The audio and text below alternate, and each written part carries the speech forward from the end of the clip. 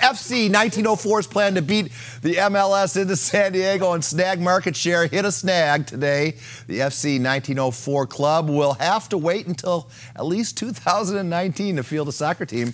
Rick Willis has our story.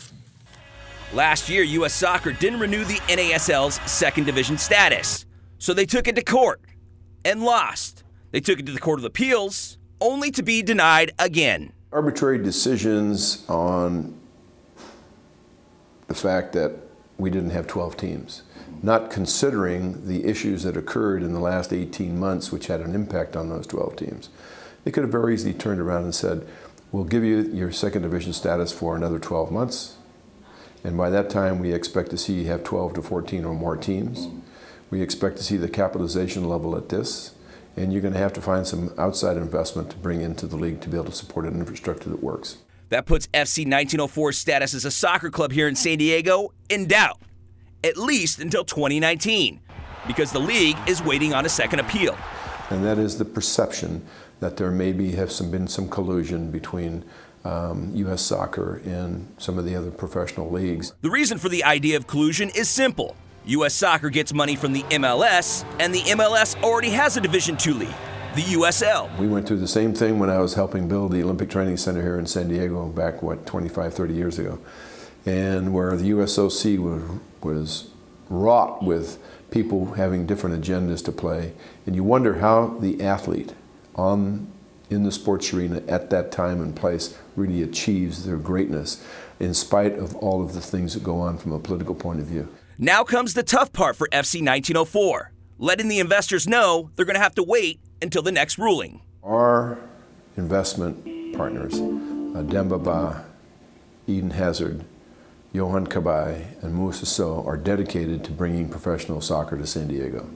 That's the reason I'm here, is that we can get 1904 FC up and running and playing good soccer with good competition and having our fans have the best damn experience they've had in their lives. Rick Willis, KUSI Sports. Thank you, Rick. Let's start our Prep 4-pack. New Year's kickoff. Del Norte taking on Rancho Bernardo on Mission Hills Court. Jonathan Watts from beyond the arc for 3 of his team-high 17 points. Broncos get within 1, but Grizzlies captain Warren Washington leads the way in the second half. The Oregon State commit finishing with a game-high 25 points. The final 64-52. Grizzlies. A battle of Titans in Poway. The Poway Titans hosting Eastlake Titans in a North versus South get-together. Eastlake senior Brian Leonhardt gets a game-high 19, but Poway is led by sophomore Adam Severe with 16 points. The final 62-46.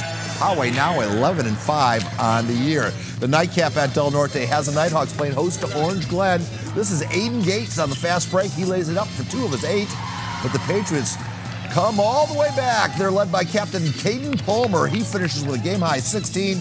Orange Glen 65-42 winners. And we finish up on the soccer pitch. San Pasqual hosting Point Loma. 9:25 left in the contest. San Pasqual Jr. Andy Valencia Garzon with a goal for a 1-0 lead. Golden Eagle goalkeeper Alejandro Hernandez keeps the Pointers out of the net. San Pasqual wins by that 1-0 margin. They are now 8-1 on the year. Over on the Mesa, the SDSU women's water polo team taking to the pool for the first practice of the year. As for regular ASR viewers, there are plenty of familiar faces. Matt Gilson will introduce us to one and all. You've heard many of their names on these airwaves before. Keisha Morrison, Carly Canali, Lizzie Bills, Hannah Carrillo, Katrina King. The San Diego State women's water polo team has lots of local flavor, featuring 10 players from across the county. It's pretty cool to play on the same college team as girls that you grew up playing against and playing with. Do you have to have a moment of okay, we're on the same team now, or how does that go? Yeah, we like to keep it all in the water, no hard feelings once we leave the pool, but I don't think that's come between any of our friendships or anything. In high school, I used to be very physical with Katrina King, and she was actually my host for my recruiting trip. That's what I love about the sport. It's really cool. You can go hard and expect them to just hug it out after. The Aztecs come into this season without their top 3 goal scorers from last year, and altogether 71% of last year's goals were scored by players now graduated. So there are plenty of shoes for this young squad to fill. I have a really young team. I've got new players in virtually every role. So I think it's really exciting to have the same expectation of winning but with a brand new group of players. Coming into 2018, the Aztecs have won 4 straight conference titles. It's part of now the culture of this team, and the younger players see that and they want to be part of that. We had some really great off-season training, some really hard months put in the pool. I think we've come a really long way, and I'm excited to see how it plays out this season. From San Diego State, Matt Gilson, KUSI Sports.